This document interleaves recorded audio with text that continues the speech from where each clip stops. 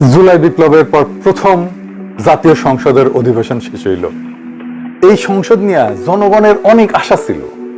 এই সংসদে আছে মাঠ থেকে উঠে আসা ছাত্র বিপ্লবীরা, আয়নাগর থেকে ফিরে আসা মজলুম, ফাঁসির মঞ্চ থেকে ফিরে আসা রাজনীতিবিদ, নির্বাসনে থাকা রাজনৈতিক নেতা কর্মী, জেলে থাকা গুলি খাওয়ার লড়াকুড়া। কিন্তু সংসদ কেন জানি আমাদের আশাহত করছিল। কেন? সংসদ নেতা নিশ্চুপ, বৈশা থেকে টেবিল থাবড়ায় খালি, সরকারি দলের অধ্যক্ষ, বিরোধী দলকে মাত্রা ছাড়া আক্রমণ, আর শিলং সালাউদ্দিনের ডিফ্যাক্টো প্রাইম মিনিস্টার হয়ে বসা। জনাব সালাউদ্দিন আহমদ সংসদ নেতার পক্ষে বক্তব্য রাখছেন।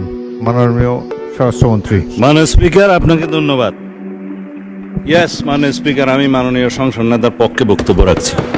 শিলং সালাউদ্দিনের একটা স্বীকারোক্তি আছে সংসদের ভেতরেই, কইছে জুলাই সংসদে সাইন করাটা এটা বাধ্য হয়ে করছে, এটা করতে চায় নাই। এটা কারণ যদি সংস্কারের বাহানায় নির্বাচন না হয়, সেই জন্যই বিএনপি সবকিছুতে আপোষ করে জুলাই সনদে সাইন করেছিল।